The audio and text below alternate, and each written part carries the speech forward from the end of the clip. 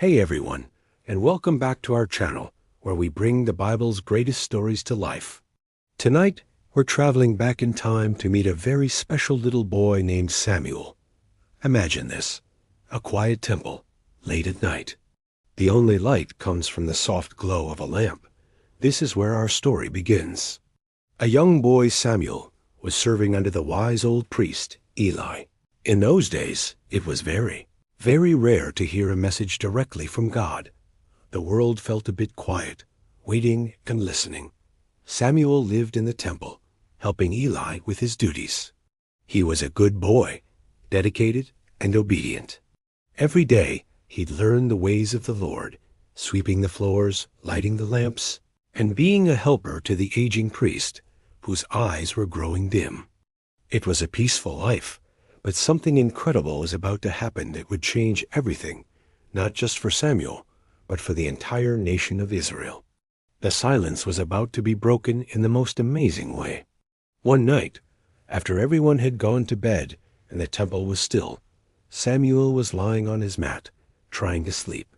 Suddenly, a voice called out his name, "Samuel." His eyes popped open. He thought it must be Eli, so he jumped up, ran to Eli's room and said, "Here I am. You called me." But old Eli, stirring from his sleep, looked at him and said, "I didn't call you, my son. Go back and lie down." Samuel was a bit confused, but he did as he was told and went back to his bed. A few moments later, just as he was drifting off again, he heard it once more, clear as day. "Samuel."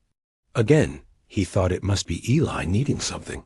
He got up, hurried back to Eli's side and said, "Here I am. You must have called me." Eli was puzzled. "No, my son," he said gently. "I did not call. Go back to sleep." So Samuel returned to his mat, probably wondering if he was just hearing things in his sleep. But then it happened a third time. "Samuel." This time Samuel was certain.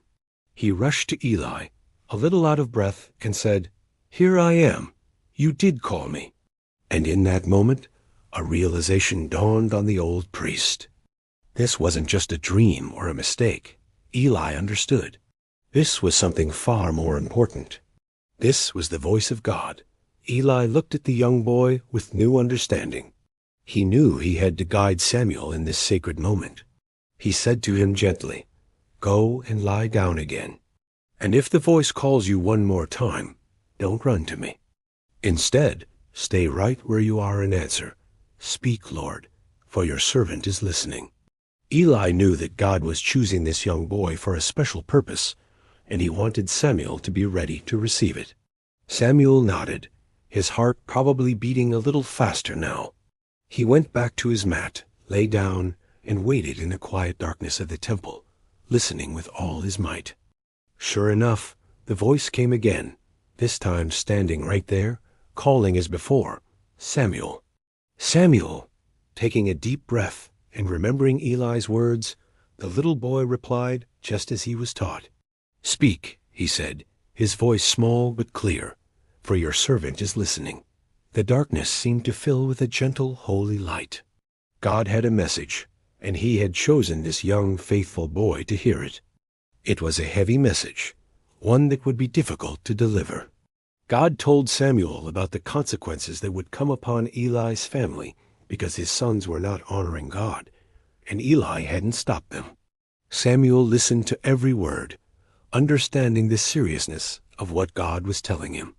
He lay there in the silence for the rest of the night, the weight of God's words filling his mind. The next morning, Samuel was afraid. How could he tell his mentor, the man who had raised him, such a difficult and sad prophecy? He went about his morning chores, opening the doors of the temple, his heart heavy. Eli could sense that something was different.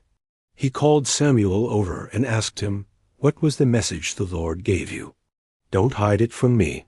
Samuel knew he had to be brave and tell the truth. So, with a heavy heart, he told Eli everything God had said, leaving nothing out. And Eli, full of sorrow but accepting of God's will, listened and said, "He is the Lord." Let him do what is good in his eyes. In that moment, Samuel learned one of the most important lessons of a prophet: to speak God's truth, no matter how hard it is. From that day on, everything changed. As Samuel grew from a boy into a young man, the Lord was with him in a powerful way. None of his words were spoken without purpose, and all of Israel, from one end of the land to the other, came to recognize that Samuel was a true prophet of the Lord. When he spoke, people listened. Even the animals in the temple courtyard seemed to quiet down, as if they too could sense the presence of God with him. His reputation for wisdom and his connection to God spread far and wide. He became a beacon of hope and a leader for his people, guiding them back to God. He was no longer just a little boy who served in the temple. He was Samuel, the great prophet of Israel.